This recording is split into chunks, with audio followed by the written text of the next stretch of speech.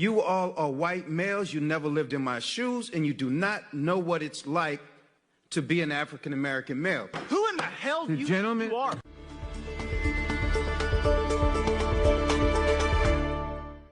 Mr. Chairman, let me just start by saying I am absolutely sitting here offended and angry as hell.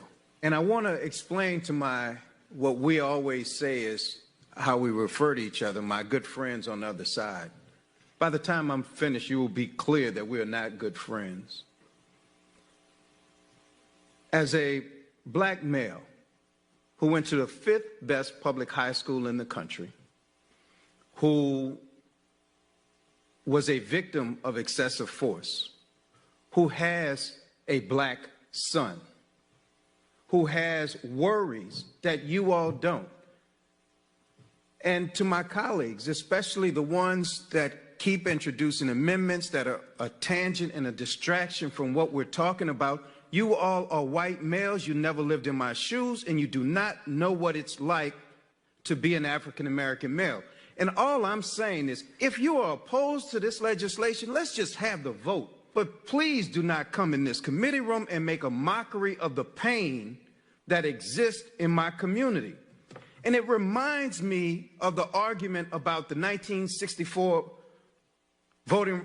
Civil Rights Act, or the 65 Voting Rights Act, where 126 people voted against a Civil Rights Act, 85 people against a Voting Rights Act, because they had all these side issues.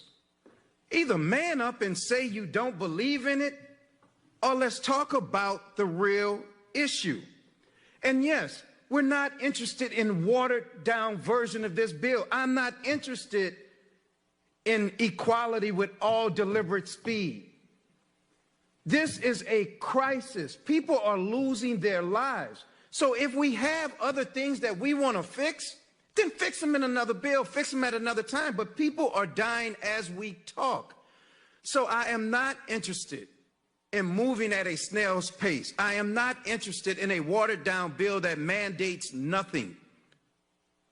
I'm not interested in studying Antifa. I'm not even interested in studying the Klan or sovereign citizens right now, because that is not the imminent threat that black men face on a daily basis. And right now, too often, it is law enforcement, those who were sworn to protect and to serve.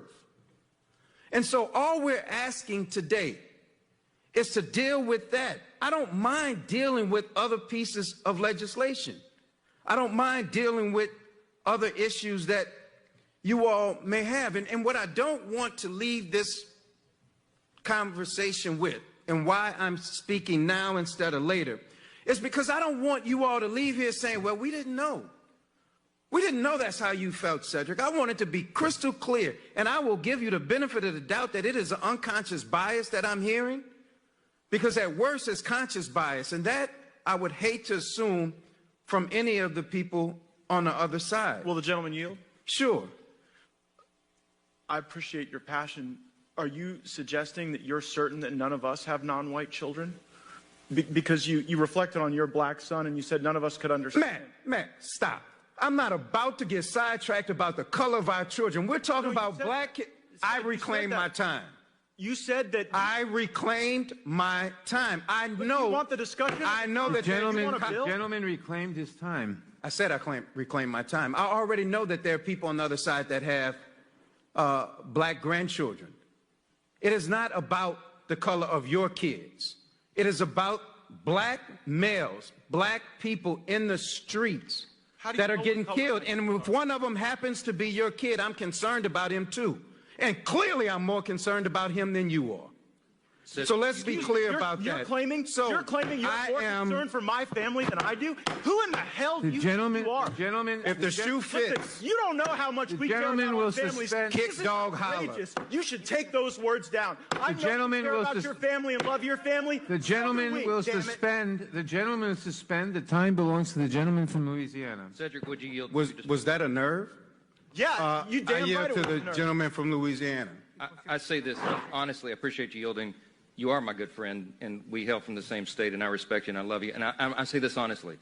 If all that you said is true, and I believe it is, then why didn't the Democrats allow us to assist with this? Why draft a bill in the dark of night in a back room somewhere and then present it to us whole cloth? If you really wanted us to work together, and we want to, why not give us that opportunity? Do you have an answer for that? You know, I do have an answer for that. Because you all were in charge for a while. We've been in charge for a while. I have been singing this same song since 1991. People on the streets right now are demanding action right now. We saw what was just presented in the Senate. It was a watered-down bill, and right now this is a national crisis. And we don't want to move with all deliberate speed. So those ideas that are good, we are willing to meet and to talk about. And the author of the bill, Ms. Bass, Congresswoman Bass, has indicated willingness to continue to work as we go forward. But as of right now, this is a critical emergency for people in this country. And I just think that we should not debate everything from Flynn to all this other stuff. We know what we're talking about in here. Let's vote it up or down. Time of the gentleman has expired. For what purpose does Ms. Lesko seek?